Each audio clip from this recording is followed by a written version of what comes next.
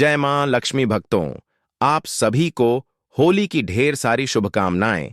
आज के इस वीडियो में 13 मार्च या फिर 14 मार्च होलिका दहन का शुभ मुहूर्त क्या है, होलिका कब मनाई जाएगी, कब खेली जाएगी और कौन से उपाय हैं जिन्हें करने से लाभ की प्राप्ति हो, ये सब हम आपको इस वीडियो में बताएंगे। वीडियो के अंत तक आपको बने रहना है। अगर वीडियो आपको थोड़ा सा भी अच्छा लगे तो वीडियो को लाइक कर देना, शेयर कर देना और कमेंट बॉक्स में लिख देना भगवान विष्णुदेव की जय हो लिखना मत भूलना भक्तों। साल 2025 की होली पर तीन तीन प्रमुख चीज एक साथ आ रही हैं। होली है, उस दिन भद्रा की जो चर्चा की जा रही है वह भी सही है। होली पर भद्रा लागू भी होती है, तो किस समय होली है, किस समय जलानी है, इस बारे में जानना आवश्यक है।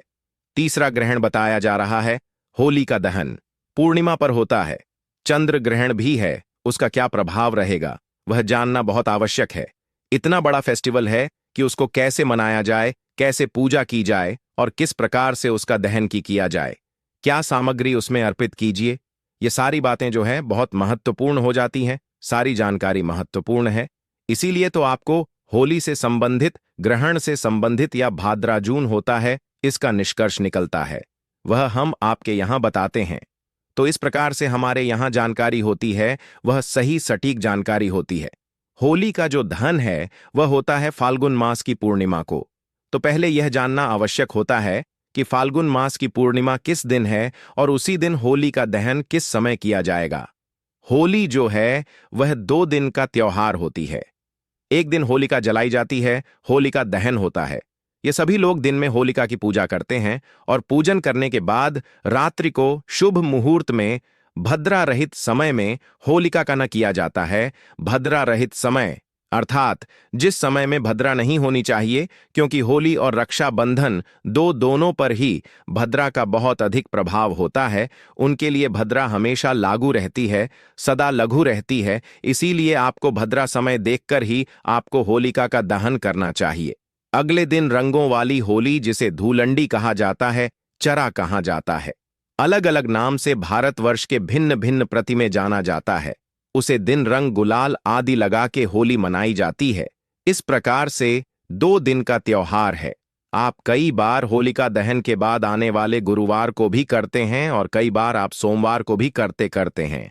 तो एक विस्तृत जानकारी है जिसके बारे में हम 4 रूप से आपको बताएंगे अगले वीडियो में। अभी हम केवल केंद्रित रहते हैं होलिका दहन पर। होली पर होलिका दहन की विशेष रूप से आपको तैयारी करनी चाहिए। सबसे पहले तो अगर हम भारतीय परंपरा की बात करें तो होली वाले दिन आपको बड़कुल की आवश्यकता होती है बट कल कहते हैं, कुछ लोग गोलियां कहते हैं, बगुला कहते हैं, अलग अलग नाम है। अलग अलग शहर में अलग अलग नाम से जाने जाते हैं, जो कि गोबर के जो बनाए जाते हैं, अलग अलग आकृतियां होती हैं। उसमें कतर चांद और हाथी कतर, इस प्रकार से एक गोल बनाया जाता है। यह सब अलग अलग आकृतियां जो है वह बनाई जाती हैं।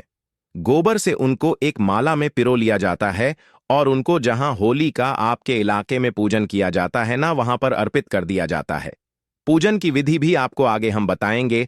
आरंभ कर दीजिए जिनके यहां पर बनती है।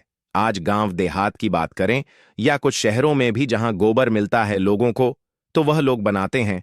तो आप बड़ को अभी बनाना आरंभ कर सकते हैं। अलग अलग आकृतियां हैं। इससे संबंधित यदि शास्त्रीय जानकारी आप जानना चाहते हैं तो कमेंट बॉक्स में लिखिए। हम अवश्य ही इस वीडियो बनाएंगे, क्योंकि लोगों को आवश्यकता होती नहीं है, इसलिए अभी तक हमने इसकी वीडियो नहीं बनाया है कि बड़कुल कब से बनाने हैं, कैसे बनाने हैं, क्या क्या बनाना है। आप चाहते हैं जानना तो आवश्यकता होती है। आजकल जो शहरों में रहते हैं उनके लिए हम बता दें कि मिल जाते हैं। आप किसी भी प्लेटफॉर्म से इनको मंगवा सकते हैं। किसी भी प्लेटफॉर्म का यहां पर वर्णन करना उचित नहीं रहेगा। हम यहां पर डिस्क्रिप्शन में या नीचे लिंक डाल देंगे, तो आप उसको देख लीजिएगा। वहां से आपको अवश्य ही वह मिल जाएंगे। उसी दिन आपको सुबह सूर्योदय से पहले उठकर स्नान आदि करने के बाद होलिका का जो पूजन करना है, पूजन के समय से पहले सामग्री एकत्र कर लीजिएगा।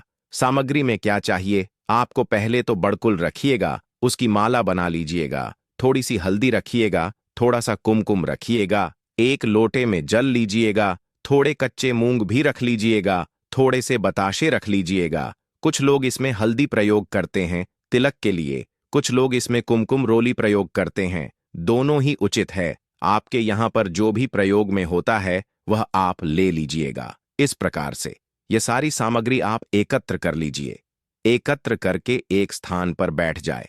अपने बड़कुल की जो माला बनाई है ना, उसका पूजन आपके घर पर ही कर लेना चाहिए। पूजन कैसे करेंगे?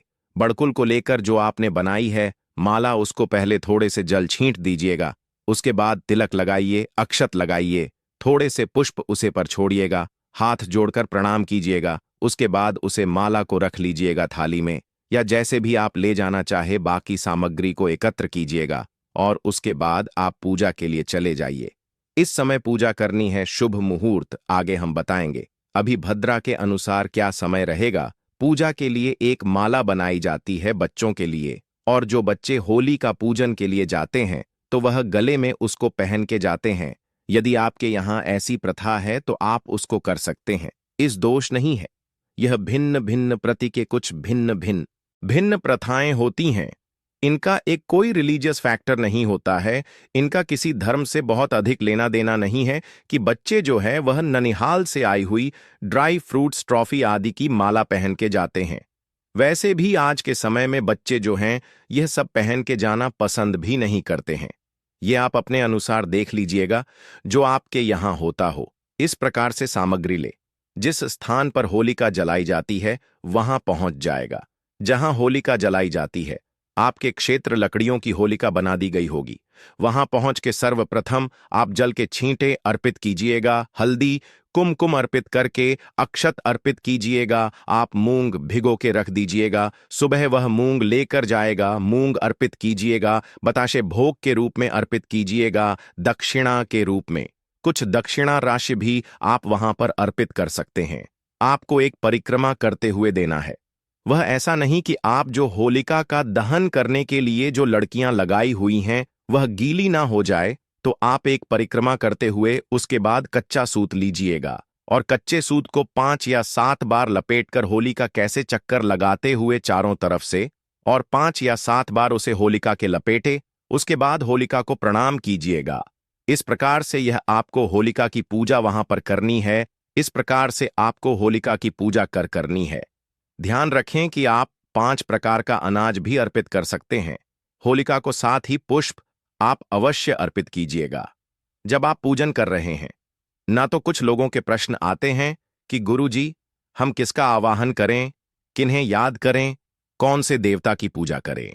देखिए, जब आप होलिका का पूजन कर रहे हैं तो एक प्रकार से आप भगवान विष्णु देव का पूजन कर रहे हैं, क्योंकि इस दिन विष्णु भगवान जो भगवान श्री हरि विष्णु के एक रूप हैं, उनकी ही पूजा की जाती है, जिन्होंने हिरण्यकश्यप का वध किया था, जो होलिका के भाई थे। तो विष्णु भगवान की इस दिन पूजा की जाती है।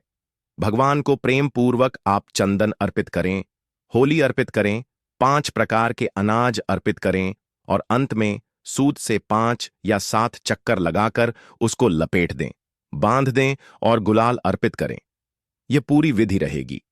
होलिका के पूजन की होलिका का पूजन करने के बाद जब आप घर पर आएंगे तो आप पहले ही एक दीपक बनाकर लेकर जाएं। दीपक कौन सा? 4 मुंह वाला दीपक बनाएं। 4 मुंह वाला आटे का दीपक वह बनाकर लेकर जाए। अगर ना संभव हो तो मिट्टी का दीपक भी ले सकते हैं। उसे दीपक में तेल भर लीजिएगा और तेल का दिया आपको अपने मुख्य द्वार, जब आप वापस आ रहे हैं तो घर में प्रवेश करने से पहले तेल का दिया आपको मुख्य द्वार पर जलाना है, प्रणाम करना है। उसे पर थोड़े पुष्प अर्पित कीजिएगा और उसके बाद ही आप अंदर प्रवेश कीजिए। भगवान नरसिंह के बाद अपने घर में प्रवेश करना है। अब बात आती है कि आपने किस समय होली का दहन करना है और भद्रा का क्या फैक्टर रहेगा इसकी, और क्या सावधानियां आपको इस दिन बरतनी चाहिए। होली का जो दहन है ना, वह भद्रा रहित काल में होना चाहिए। जिस समय पर भद्रा ना हो, इस दिन जो भद्रा है ना, वह रात्रि को 11 बजे 20 मिनट पर समाप्त होने व होली वाले दिन भद्रा रात्रि को 11:26 पर समाप्त होगी। तो होली का दहन तो उसके बाद ही किया जा सकता है, उससे पहले तो होली का दहन आप नहीं करेंगे। होली वाले दिन आपको टोने टोटके, बुरी नजर आदि से बचने की बहुत सावधानी बरतनी पड़ती है, क्योंकि इस दिन लोग बहुत सारी चीज करते हैं। तो जब भी आप चौराहे से गुजरे तो सावधानी बरते कि कोई भी ऐसी चीज अगर आपको दिखाई दे तो उसे बचते हुए निकले। किसी का दिया हुआ इस दिन ना खाएं। यदि आपको किसी पर आशंका हो तो आप उससे किसी भी प्रकार की चीज ग्रहण ना करें। इस दिन आपको किसी से कर्ज आदि नहीं लेना चाहिए। धन आदि उधर नहीं लेना चाहिए, ना ही धन इस दिन आपके उधर देना चाहिए। होलिका दहन के दिन आपको शुद्धता का बहुत ध्यान रखना है, अपवित्र नहीं होना है और ब्रह्मचर्य का आपको पालन करना है। ब्रह्मचर्य का पालन करते हुए ही दिन को आप व्यतीत करेंगे। किसी प्रकार की कुसंगति में, किसी प्रकार के अनैतिक कार्य आप किसी के साथ ना करें, इसका विशेष रूप से आप ध्यान रखें। होलिका दहन के दिन जब आप रात्रि को जाएंगे तो उस समय पर गेहूं की बाली यदि आपके पास हो तो ठीक है, नहीं तो वह आप कहीं से ले लें। जब रात्रि को होली का दहन करने जाते हैं तो वह गेहूं होली के आग में भूज कर लाते हैं और उसको अगले दिन प्रसाद रूप में सभी परिवार के लोगों को ग्रहण करना चाहिए। होलिका के दिन कुछ टोटके, कुछ उपाय भी किए जाते हैं, वह उपायों की चर्चा कर लेते हैं। होली के दिन यदि आप भगवान हनुमान जी को चोला चढ़ाते हैं तो इससे हनुमान जी की कृपा से आपके घर की आर्थिक परेशानियां दूर होती हैं। तो किसी भी मंदिर में आप होली वाले दिन चोला अर्पित करना बहुत उत्तम फलदायी रहेगा। जब होलिका का दहन हो जाए रात्रि को तो अगले दिन प्रातःकाल आपको जाना है और होलिका दहन के बाद होलिका की जो राख है वह लेकर आनी है और उसकी एक लाल रंग के वस्त्र में फटक, श्रीयंत्र, चांदी के कुछ सिक्के और राख, इन सभी चीजों को बांधकर अपनी तिजोरी में रख दीजिएगा। फिर बताते हैं, होलिका दहन की राख लेना है, लेकिन यह सुबह सवेरे अर्थात ब्रह्म मुहूर्त के तुरंत बाद ले आनी चाहिए। ऐसा नहीं कि सुबह का सूरज निकल आया फिर आप जा रहे नहीं, अंधेरे में इसको लेकर आना है, ले आएगा। उसमें स्फटिक की माला रखिएगा, श्री यंत्र रखिएगा, चांदी के कुछ सिक्के यदि आपके पास हो तो वह रखिएगा और रात को रखिएगा। लाल रंग के वस्त्र में तिजोरी में इसको रख दीजिए। इससे आपके घर में कभी धन का संकट नहीं होगा। एक और उपाय बताते हैं कि होलिका दहन के दिन होलिका प्रज्वलित होने के बाद 11 उपलों की एक माला लीजिएगा। उपले छोटे भी हो सकते हैं। 11 उपलों की माला लीजिएगा, पान लीजिएगा, पान सुपारी लीजिएगा और नारियल लीजिएगा। इनको एक साथ होलिका को अर्पित करना है, अपनी मनोकामना ना बोलते हुए कि आपका जो भी संकट है वह इसके साथ ही खत्म हो जाएंगे। जैसे ही यह सामग्री जल के रख होगी आपकी संकट समाप्त हो जाएंगे। प्रयास कीजिए, इन सामग्री को इकट्ठा करके पहले अपने ऊपर 7 बार फेर लीजिएगा। क्या है? 11 उपलों की माला, छोटे छोटे उपलों की माला ले लीजिएगा। 5 सुपारी नारियल, इनको एकत्र कर लीजिएगा और 7 बार फेरना है अपने ऊपर से और यह आपको होलिका में अर्पित कर देना है दहन के साथ। देखिए कि आपका जो संकट है जीवन के उसके साथ ही जल के राख हो जाएंगे और आपके जीवन में एक नई सुबह होगी। यह उपाय आप अवश्य करके देखिएगा, आपको लाभ होगा। एक बड़ा उपाय और बताते हैं कि होलिका दहन वाले दिन आप क्या करें। एक सूखा नारियल लीजिएगा, थोड़े काले तिल लीजिएगा, लौंग लेना और थोड़ी सी पीली सरसों है लेना, सर से वार देना, सर के ऊपर से ऐसे 7 बार, वरना और इन चीजों को आप अग्नि में डाल देना जब होलिका दहन चल रहा हो। तो इससे भी आपके जीवन की यदि किसी प्रकार का किया होगा, टोना टोटका होगा, किसी प्रकार की नजर होगी या कोई भी नेगेटिव एनर्जी जो आपके ऊपर प्रभाव डाल रही होगी, वह सारे संकट दूर हो जाएंगे। मानसिक परेशानी अगर आपके जीवन में है तो वह भी इसके साथ ही राख हो जाएगी। यह उपाय भी आप होलिका दहन वाले दिन कर सकते हैं। बहुत ही महत्वपूर्ण उपाय हैं, इनको करके देखिएगा, आपको लाभ प्राप्त होगा। अब बात करते हैं कि भद्रा का क्या प्रभाव है होलिका पर और होलिका दहन किस दिन किया जाएगा, कब किया जाएगा, ग्रहण है या नहीं है। तो ग्रहण जो बताया जा रहा है उसका क्या प्रभाव और समय रहेगा कि होली का जो दहन है ना वह मनाया जा रहा है 13 फरवरी को। कारण क्या है कि इस दिन पूर्णिमा तिथि तो देर से आएगी, 1035 पर पूर्णिमा तिथि आ रही है इस दिन, जो कि सूर्य के मुख से तो बिल्कुल भी नहीं है। परंतु होलिका दहन जो है ना वह रात्रि को होता है और रात्रि को पूर्णिमा का होना आवश्यक होता है। अब 14 तारीख को सूर्य के मुख से तो पूर्णिमा है परंतु रात्रि को नहीं रहेगी। 13 तारीख को होली का दहन मनाया जाएगा। 13 की रात्रि को आरंभ हो रही है सुबह 10:35 से और रात्रि को चली 10:35 से। सुबह आरंभ होगी और 12 बजे 2 मिनट तक रहेगी। यह सिंह की भद्रा है। अर्थात यह जो भद्रा है यह मृत्यु लोक पर इसका प्रभाव रहेगा, इसका वास रहेगा। पृथ्वी पर आपको इसको मानना ही पड़ेगा। इसमें आप होलिका का दहन नहीं कर सकती। आपको होलिका का दहन करना है रात्रि को 2:30 अर्थात 1:29 के बाद। यह तो हो गई भद्रा की बात कि भद्रा है और बहुत ही सीरियस भद्रा रहा है, सिंह की भद्रा है तो पृथ्वी पर वास है, इसीलिए भद्रा को आपको मानना होगा। अब दूसरी बात आती है ग्रहण की। ग्रहण का क्या है? देखिए, इस साल का जो पहला चंद्र ग्रहण है ना, वह फाल्गुन पूर्णिमा को ही लग रहा है। फाल्गुन पूर्णिमा जी, पर होली होती है तो फाल्गुन पूर्णिमा के दिन ही ग्रहण रहेगा। साल का जो पहला ग्रहण है यह है चंद्र ग्रहण और यह लग रहा है 14 मार्च को। समय रहेगा सुबह 10 बजे से और दोपहर को 2 बजे तक।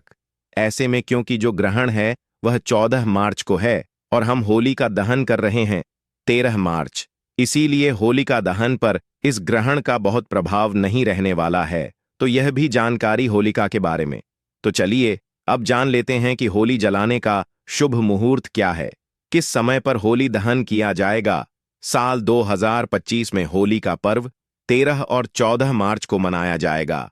होली का दहन 13 मार्च 2025 गुरुवार की रात को होगा, जबकि रंगों वाली होली 14 मार्च 2025 शुक्रवार को मना जाएगी। होलिका दहन का शुभ मुहूर्त तिथि 13 मार्च 2025, समय रात 11:26 से 12:03 तक, लगभग 1 घंटा 4 मिनट।